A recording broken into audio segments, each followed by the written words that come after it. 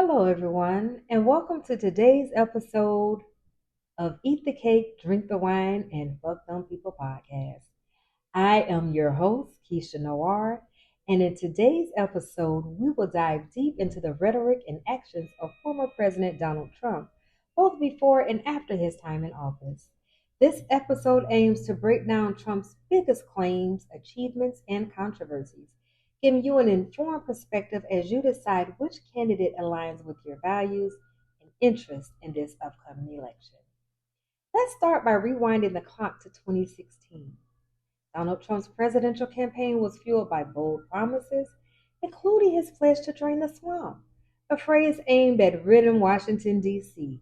of corruption, cronyism, and self serving politicians, who he argued only benefited the elite while leaving everyday Americans behind. His rhetoric resonated with many voters who were frustrated with the political establishment, and Trump positioned himself as an outsider ready to shake things up. However, once in office, critics claimed that Trump's own administration didn't fully align with his anti cronyism message. In fact, he appointed several wealthy individuals as business insiders to key positions in his administration, raising concerns about conflicts of interest. Names like Scott Pruitt, the former head of the EPA, and Ryan Zinke, the Interior Secretary, come to mind. Both face ethical investigations for misuse of taxpayer funds and other questionable practices.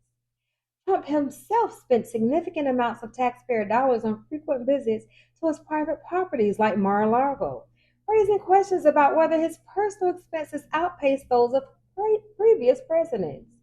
Estimates suggest Trump's personal travel and security costs exceeded presidents prior to him, including George W. Bush.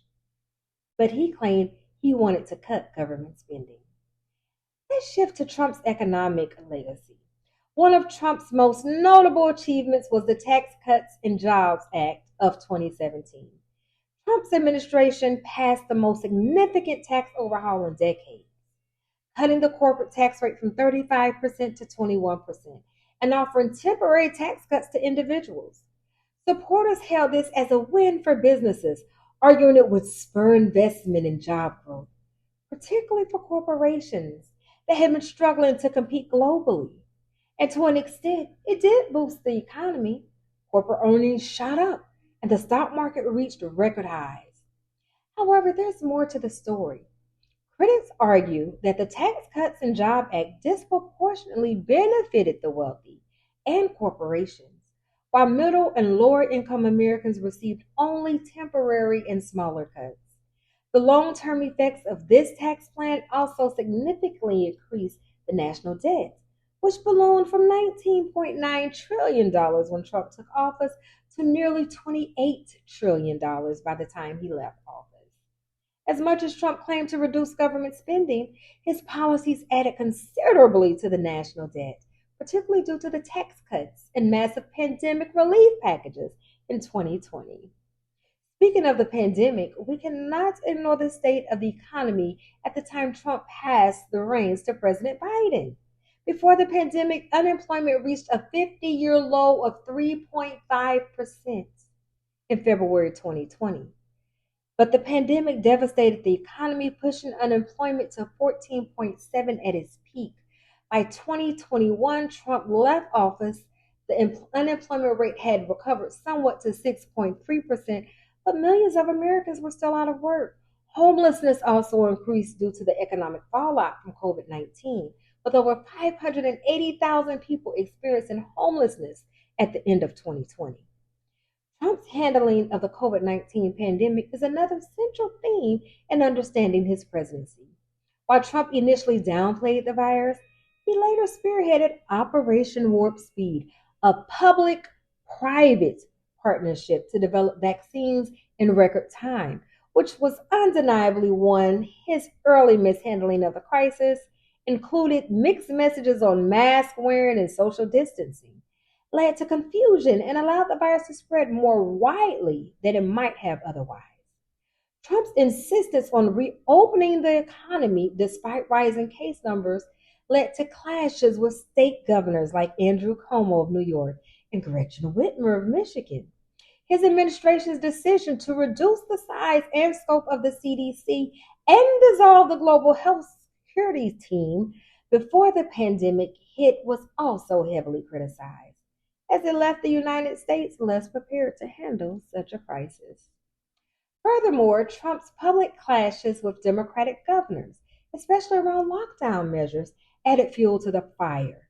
The plot to kidnap Governor Gretchen Whitmer by the Wolverine Watchmen, a militia group, came during this period of heightened political tension, showing the darker consequences of escalating anti-government rhetoric. Now, let's discuss Trump's second impeachment, not the first, but the second. The Senate tried Trump for incitement of insurrection following the January 6th Capitol attack. While some of Trump's legal team argued that holding an impeachment trial for a former president was unconstitutional, the Senate voted 56 to 44 to proceed, and legal experts largely affirmed its constitutionality. In the end, Trump was acquitted by 57 to 43 votes, falling short of the 67 votes required for conviction. If convicted, Trump could have been barred from running for office again, but as it stands, he remains eligible for the 2024 race.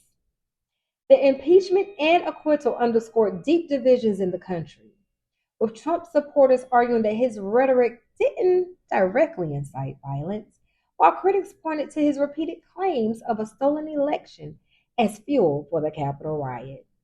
So, what's next for Trump? Today, Trump remains a deeply polarizing figure.